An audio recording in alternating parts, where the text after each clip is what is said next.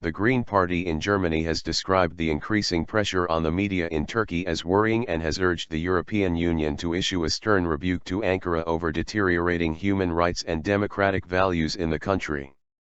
The recent developments in Turkey are worrying. Turkish President Recep Tayyip Erdoğan criticizes foreign press representatives and prominent Turkish journalists in the country are threatened. It is essential for a democratic state of law to ensure free media coverage. However, the government in Turkey seems far away from this, Green Party media and politics spokesperson Tabea Rössner said in an interview with today's Zaman on Tuesday. Mentioning that Turkey now ranks among countries with the highest number of imprisoned journalists, Rössner said that the continuing crackdown on the opposition media results in self-censorship by most media outlets in the country, something that is against the values that an EU candidate country should be governed by. According to Rössner, the European Union should increase its criticism of Turkey. Europe must insist that the Turkish government respects human rights and democratic values, she said. Turkey was the world's worst jailer of journalists in 2012 and 2013.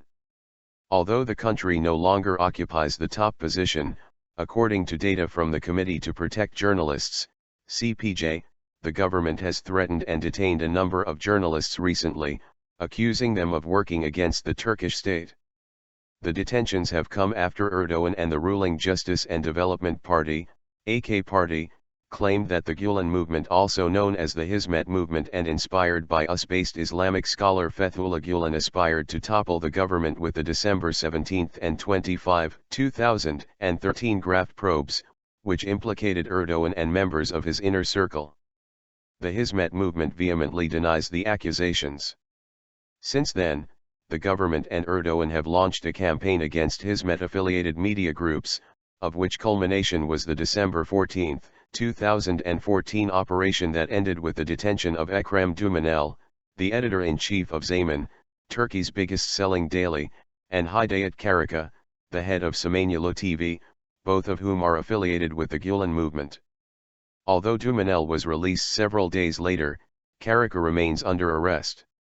In a recent post, prominent Twitter whistleblower Fuat Avni claimed that a second wave of detentions targeting opposition media outlets would shortly begin.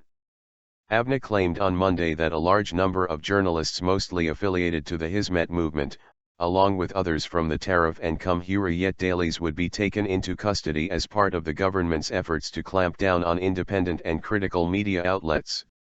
The journalists who will allegedly be detained include İmamoğlu, Bülent Kenz, the editor-in-chief of today's Zaman, Kerim Balk, the editor-in-chief of Turkish Review, a bi-monthly news magazine, Celal Sar, the managing editor of today's Zaman, Faruk Merkin, the Ankara representative of Bugün TV, Adam Yavuz Arslan, the Washington bureau chief of the Bugün newspaper, Nazil İlkay, a veteran columnist at Bugün, Yasmin Kongar, a former editor of Taraf, Ahmet Altan, a former editor-in-chief of Taraf, Emre Uslu, a columnist at today's Zaman, and Cumhuriyet's editor-in-chief Ken Dündar.